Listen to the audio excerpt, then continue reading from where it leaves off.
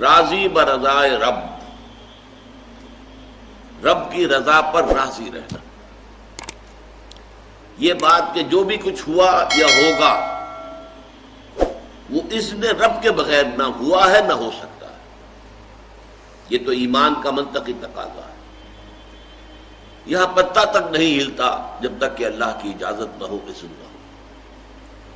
تو جو کچھ ہوا اللہ کی اجازت سے ہوا، خواہ اس میں درمیان میں کتنے ہی عوامل آ گئے ہوں. کسی نے اٹھا کر آپ کو پتھر مارا، لیکن یہ پتھر آپ کو نہیں لگ سکتا تھا اگر اللہ نہ چاہتا. پتھر مارنے والے کا عمل اپنی جگہ ہے، لیکن آپ کو اس پتھر کا لگ جانا جو ہے یہ بغیر اذن رب نہیں ہے. لہذا اس کو سمجھیے کہ اللہ کی طرف سے آیا ہے. ایک اس میں لطیفہ بھی ہے کہ ایک کوئی درویش یہ کہتا ہوا جا رہا تھا ایک جذب کی کیفیت میں، جو رب کرے سو ہو، جو رب کرے سو ہو، جو رب کرے سو ہو. ایک شخص نے اٹھا کر اس کے سر پہ پتھر دے مارا. اس نے پلٹ کر دیکھا تو شخص نے کہا مجھے کیا دیکھتے ہو، جو رب کرے سو ہو. تو اس درویش نے جواب دیا کہ یہ پتھر مجھے تو رب کے مارے ہی لگا ہے، لیکن میں دیکھ یہ رہا تھا کہ بیچ میں منہ کس کا کالا ہو گیا، کس نے اپنے لیے جو ہے وہ عذاب اللہ کا کما لیا. ورنہ مجھے بہرحال یہ پتھر لگا ہے تو اس میں اذن رب شامل ہے. اچھا، اب جو شے اذن رب سے ہو رہی ہے، بندہ مومن کا اگر اپنا تعلق اللہ کے ساتھ مخلصانہ ہے، اس میں منافقت نہیں ہے، اس میں ریا نہیں ہے، اس میں دھوکہ نہیں ہے، اس میں فریب نہیں. مخلص، مخلصین لہ الدین،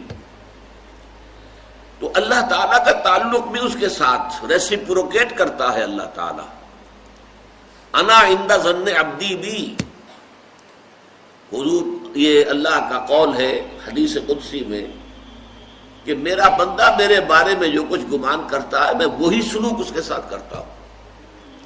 اللہ تعالیٰ بھی مخلص ہے، اللہ تعالیٰ کی مرضی کے بغیر کچھ نہیں ہو سکتا. تو یقیناً جو کچھ ہوا ہے اس میں میرے لیے خیر ہے، چاہے فوری طور پر مجھے ناگوار گزرا ہے، مجھے تکلیف ہوئی ہے، میرے لیے یہ شے جو ہے ناپسندیدہ ہے، لیکن ان دی لانگ رن مجھے یقین ہے کہ اس میں خیر ہے. بیدک الخیر انک علی کل شیء قدیر، اے اللہ تیرے ہاتھ میں خیر ہی خیر ہے، تو ہر چیز پر قادر.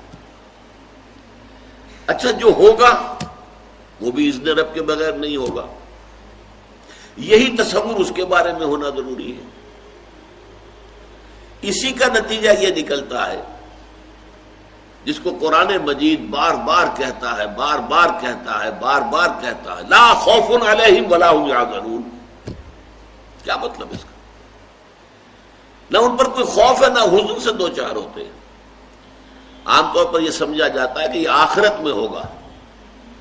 آخرت میں تو بتمام و کمال ہوگا، دنیا میں بھی ہوتا ہے. خوف کس بات کا بھائی؟ ہوگا وہی جو میرا رب چاہے گا. وہ میرا دوست ہے، میں اس کا ولی، وہ میرا ولی. الا ان اولیاء اللہ لا خوف علیہم ولا هم یحزنون. جو اللہ کے ولی ہوتے ہیں، اللہ کے دوست ہوتے ہیں، ان کے نہ کوئی خوف ہوتا ہے نہ حزن ہوتا ہے.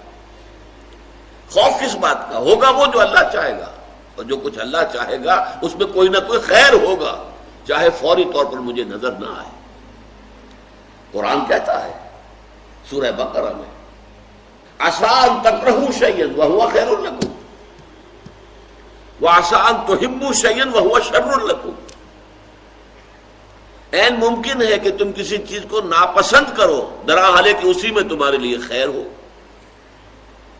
اور عین ممکن ہے کہ تم کسی چیز کو پسند کرو درحالے کہ اس میں تمہارے لیے شر ہو.